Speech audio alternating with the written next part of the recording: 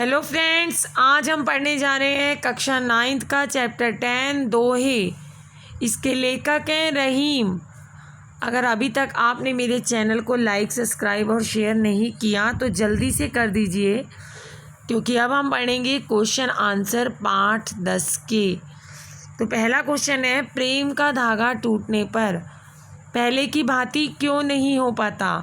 तो उत्तर है, प्रेम आपसी लगाव यानी आकर्षण और विश्वास के कारण होता है। अगर हमें किसी से प्रेम हो रहा है तो उस व्यक्ति से हमें लगाव होता है, हम उसकी तरफ खींचे चले जाते हैं और हम एक दूसरे पे बिलीव करने लगते हैं, तभी प्रेम होता है। यदि एक बार ये लगाव विश्वास टूट जाए, यदि एक बार वो व्यक्ति हमें धोखा दे दे, तो हम उसके ऊपर पहले जैसा विश्वास नहीं करते, तो पहले जैसा भाव नहीं आता। ऐसे ही धागा है, अगर एक बार टूट जाए तो पहली बात तो वो जुड़ नहीं पाता, और अगर हम कोशिश करके उन्हें जोड़ते भी हैं तो उसमें गांठ पड़ जाती है। ठीक उसी प्रकार है कि अगर प्रेम में एक बार विश्वास टूट जाए, यानी एक बार वो आपको व्यक्ति धोखा दे दे, तो पहले जैसा विश्वास नहीं बना रहता। क्वेश्चन नंबर 2 है, हमें अपना दुख दूसरों पर क्यों नहीं प्रकट करना चाहिए? अपने मन की व्यथा दूसरों को कहने से उसका व्यवहार कैसा हो जाता है? 2 क्वेश्चन पूछे गए हैं इसमें आपसे। तो पहले तो हमें यही बताना है कि हमें अपना दुख दूसरों पर क्यों नहीं प्रकट करना चाहिए, क्योंकि उसे सुनकर लोग दुख को बांटते नहीं हैं, इसलिए। और अगर मन की व्यथा दूसरों को कहेंगे तो व्यवहार कैसा हो जाएगा? हम तो किसी को अपने मन की व्यथा बता रहे हैं ताकि हमारा दुख कुछ हल्का हो जाए, हमें कुछ आराम सा महसूस लगे, हमारा दिमाग शांत हो जाए, लेकिन लोग क्या करेंगे? उसकी मजाक उड़ाएंगे। उनका व्यवहार क्या होगा? हमारे प्रति हमारी पीठ पीछे हमारी मजाक उड़ाना। उन्हें एक बात मिल जाती है मजाक उड़ाने की। क्वेश्चन नंबर 3 है, रहीम ने सागर की अपेक्षा पंख के जल को धन्य क्यों कहा है?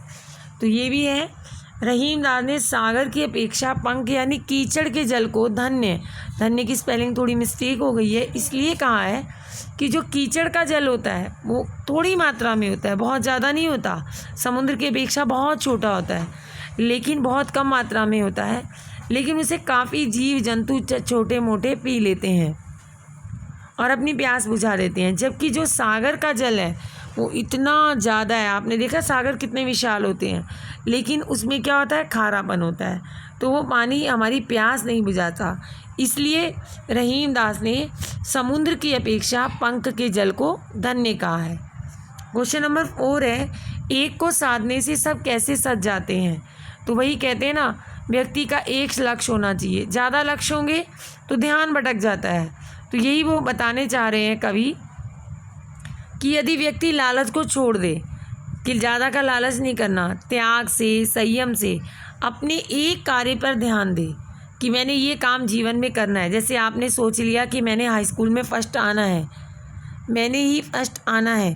अब आप कहो कि मैं फ़र्स्ट भी आ रहा हूँ, साथ में अगर मैं फ़र्स्ट आ गया तो मैं कोचिंग भी ले लेता हूँ, मैं पार्टी भी अटेंड कर लेता हूँ, मैं फ़र्स्ट आना है तो मैं ये भी कर लेता हूँ। तो अगर आपका इस तरह आपका ध्यान भटक जाएगा। आपका लक्ष्य एक होना चाहिए कि मैंने फ़र्स्ट आना है, तो फ़र्स्ट आने के रास्ते में जितनी भी रुकावटें आएंगी आपको उसे धकेलेंगे, क्योंकि आपका लक्ष्य एक होगा कि मैंने फ़र्स्ट आना है, ज़्यादा लक्ष्य नहीं है।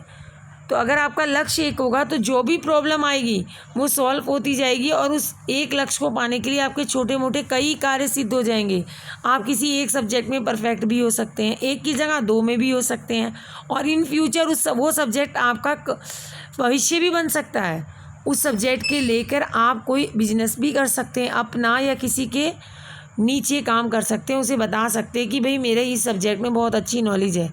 आपने एक ही लक्ष्य रखा था, मैंने हाई स्कूल में फर्स्ट आना है, लेकिन वो लक्ष्य के साथ आपकी बहुत सी बातें पूरी हो गई, आप 2-3 सब्जेक्ट में अच्छे हो गए, तो उससे रिलेटिव आपको बाद में पास करने के बाद क्लास ट्यूशन मिलने लग गई, किसी कोचिंग सेंटर वाले ने बुला लिया, या किसी दुकानदार ने आपको अकाउंट का टीचर रख लिया। अगर कंप्यूटर में अच्छे थे तो किसी कंप्यूटर वाली दुकान ने आपको मौका दे दिया।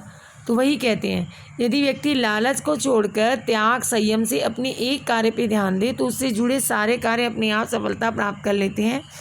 जैसे हम पूरे पेड़ को छोड़ दें, केवल उसकी जड़ की अच्छी तरह सिंचाई करें, उसे पानी दें, उसमें खाद डालें, उसकी निराई गुड़ाई करें, तो उस पे जो पेड़ पे आने वाली फूल पत्तियां हैं वो अपने आप ही हरी भरी बहुत अच्छी हो जाएंगी। हमने लक्ष्य क्या रखा? केवल पेड़ को सींचना, उससे जुड़े अपने आप फूल पत्ती अपने आप तृप्त हो जाएंगे।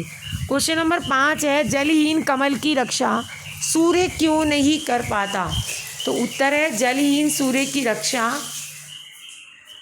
कमल की रक्षा सूर्य इसलिए नहीं कर पाता क्योंकि कमल का जो जीवन है वो जल है और सूरज में तो बहुत गर्मी होती है। तो यदि वह संपत्ति उसके पास नहीं होगी तो सूरज उसे जीवन नहीं दे पाएगा। सूरज के पास जल नहीं है और कमल को जल चाहिए। क्वेश्चन नंबर 6 है, अवध नरेश को चित्रकूट क्यों जाना पड़ा? तो उत्तर है, अवध नरेश को चित्रकूट इसलिए जाना पड़ा क्योंकि उनके माता पिता की उन्हें आज्ञा का पालन करना था। उनके माता पिता राजा दशरथ ने वरदान दिया था कैकेयी को कि मैं 2 वर मांग लीजिए, तो उसी में से एक वर उसने मांगा था कि राम को 14 वन का वनवास मिले। तो अपने पिता की इसी वचन का पालन करने के लिए 2 जो वचन दिए थे उन्होंने कैकेयी को, कि उसी का पालन करने के लिए उसे चित्रकूट जाना पड़ा। लेकिन अगर हम चैप्टर की अकॉर्डिंग आंसर लिखेंगे तो हम ये भी लिखेंगे साथ में कि उस पर विपदा आई। तो विपदा बड़े बड़े राजाओं पे भी आ सकती है। तो जब इंसान पे विपदा आती है तो कुछ भी संभव है। तो विपदा आई, उसे अपनी माता पिता की आज्ञा का पालन करना था, इसलिए उसे चित्रकूट जाना पड़ा। अगला है क्वेश्चन नंबर 7, नट किस कला में सिद्ध होने के कारण ऊपर चढ़ जाता है? तो उत्तर है, नट बहुत ही बाजीगर होता है। वो अपने शरीर को समेटना, छोटे करने की कला में सक्षम होता है। यदि वह कुंडली से निकलकर ऊपर चढ़ जाता है, इसलिए क्योंकि वो अपना शरीर छोटा कर लेता है, तो वो किसी भी जगह से निकलकर ऊपर चढ़ जाता है। क्वेश्चन नंबर 8 है, मोती मानुष चूर्ण के संदर्भ में पानी का क्या महत्व है?